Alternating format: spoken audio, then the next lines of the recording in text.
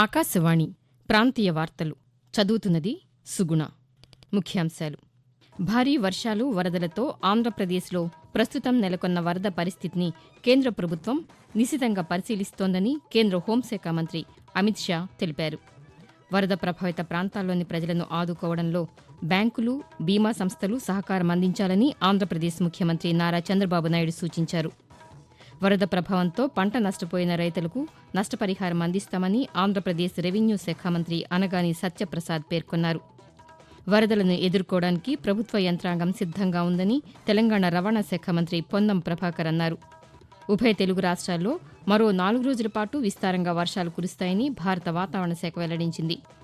మాజీ రాష్టపతి, భారతరత్న డాక్టర్ సర్వేపల్లి రాధాకృష్ణన్ జయంతిని ఈరోజు జాతీయ ఉపాధ్యాయ దినోత్సవంగా జరుపుకుంటున్నాం. వార్తల వివరాలు: భారీ వర్షాలు, వరదలతో ఆంధ్రప్రదేశ్లో నెలకొన్న పరిస్థితిపై కేంద్ర హోంశాఖ మంత్రి అమిత్ షా స్పందించారు. రాష్టంలో ప్రస్తుతం నెలకొన్న వరద పరిస్థితిని కేంద్ర ప్రభుత్వం నిశితంగా పరిశీలిస్తోందన్నారు. వరద ప్రభావిత ప్రాంతాల్లో జరిగిన నష్టాన్ని అంచనా వేసి తక్షణ సాయం కోసం సిఫార్సులు చేసేందుకు నిపుణుల బృందాన్ని ఏర్పాటు చేసినట్లు సామాజిక మాధ్యమం వేదికగా తెలిపారు.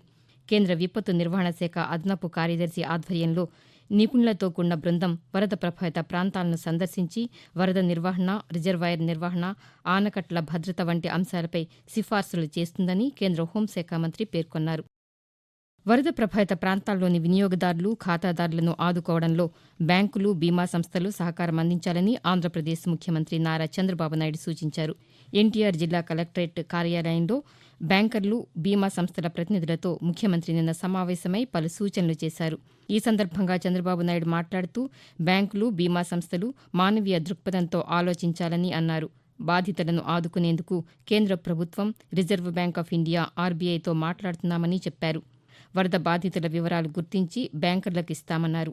వారి రుణాలు రీషెడ్యూల్ చేయాలని, నిబంధనలు సడలించి కొత్త రుణాలను అందజేయాలని బ్యాంకర్లు, బీమా సంస్థల ప్రతినిధులను ముఖ్యమంత్రి కోరారు. వరద ప్రభావంతో పంట నష్టపోయిన రైతులకు నష్టపరిహారం అందిస్తామని ఆంధ్రప్రదేశ్ రెవెన్యూ శాఖ మంత్రి అనగాని సత్యప్రసాద్ తెలిపారు.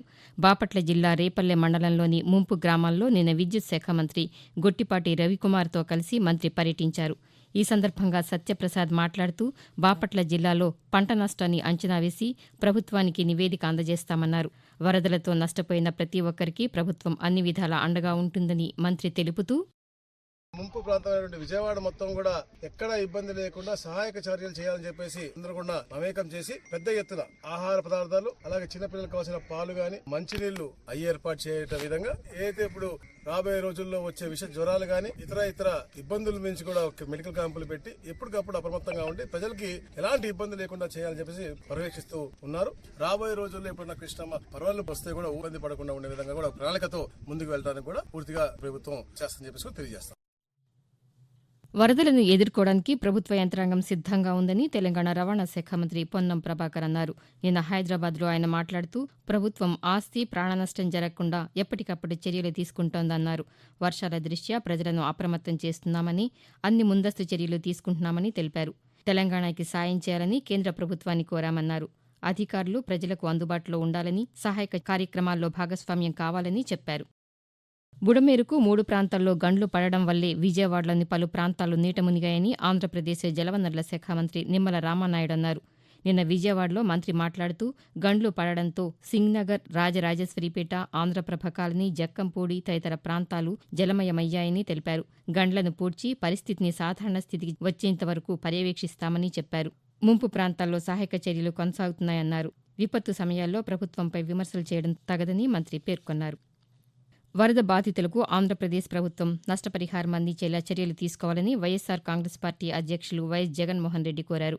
నిన్న విజయవాడలోని రాజరాజేశ్వరిపేట వరద ప్రభావిత ప్రాంతాల్లో పర్యటించిన ఆయన బాధితులను పరామర్శించారు. ఈ సందర్భంగా జగన్మోహన్ రెడ్డి మాట్లాడుతూ ముంపు ప్రాంతాల్లో సహాయక చర్యలను మరింత విస్తృతంగా చేపట్టాలని అన్నారు. వరద కారణంగా మరణించిన వారి కుటుంబాలకు 25 లక్షల రూపాయలు పరిహారం అందించాలని, ప్రతి ఇంటికి 50,000 రూపాయలు అందించాలని కోరారు. ఆకాశవాణి ప్రాంతీయ వార్తలు వింటున్నారు. అధ్యాపక వృత్తికి వన్నె తెచ్చి అత్యున్నత రాష్టపతి పదవిని అలంకరించిన భారత తొలి ఉపరాష్టపతి, భారతరత్న డాక్టర్ సర్వేపల్లి రాధాకృష్ణన్ జయంతిని ఈరోజు జాతీయ ఉపాధ్యాయ దినోత్సవంగా జరుపుకుంటున్నాం. ఉపాధ్యాయునిగా ఎందరో విద్యార్థులను ఉత్తమ పౌరులుగా తీర్చిదిద్ది రాష్టపతి పదవి వరకు ఎదిగిన సర్వేపల్లి రాధాకృష్ణన్ తమిళనాడులోని తిరుత్తణిలో 1888 సెప్టెంబర్ 5వ తేదీన జన్మించారు. విద్యార్థులకు చిన్నతనం నుండే వివిధ అంశాలపై అవగాహన కల్పించాలని ఒకానొక సందర్భంలో ఆయన సూచిస్తూ, Children must be taught the history of the different nations where they will perceive their uniqueness. They must be taught, even when they are young, the elements of modern science and technology. They must be given glimpses into world literature so that their own minds are sharpened and feelings refined. కాగా ఉపాధ్యాయ దినోత్సవం సందర్భంగా ఆకాశవాణి విశాఖపట్నం ప్రాంతీయ వార్తా విభాగం రూపొందించిన ప్రత్యేక కార్యక్రమం ఈ ఉదయం 10 గంటలకు ప్రసారమవుతుంది. తెలంగాణలో హైడ్రా పేరుతో హెచ్చరికలు, అక్రమ వసూళ్లకు పాల్పడితే చర్యలు తీసుకుంటామని హైడ్రా కమిషనర్ రంగనాథ్ హెచ్చరించారు. నిన్న ఆయన హైదరాబాద్లో పాతికేయులతో మాట్లాడుతూ సామాజిక కార్యకర్తల పేరుతో నిర్మాణ రంగ బిల్డర్లపై అక్రమాలకు పాల్పడుతున్నట్లు ప్రభుత్వం దృష్టికి వచ్చిందన్నారు. హైడ్రాపై అసత్య ప్రచారం చేస్తే కఠిన చర్యలు తీసుకుంటామని అన్నారు. అక్రమంగా వ్యవహరిస్తే స్థానిక పోలీస్ స్టేషన్, ఏసీబీకి ఫిర్యాదు చేయాలని రంగనాథ్ సూచించారు. వాతావరణం. బంగాళాఖాతంలో కోస్తాంధ్రకు సమీపంలో ఉపరితల ఆవర్తనం ఏర్పడిందని, దీని ప్రభావంతో రాబోయే 24 గంటల్లో పశ్చిమ మధ్య వాయవ్య బంగాళాఖాతంలో అల్పపీడనం ఏర్పడే అవకాశముందని అమరావతి వాతావరణ కేంద్రం తెలిపింది.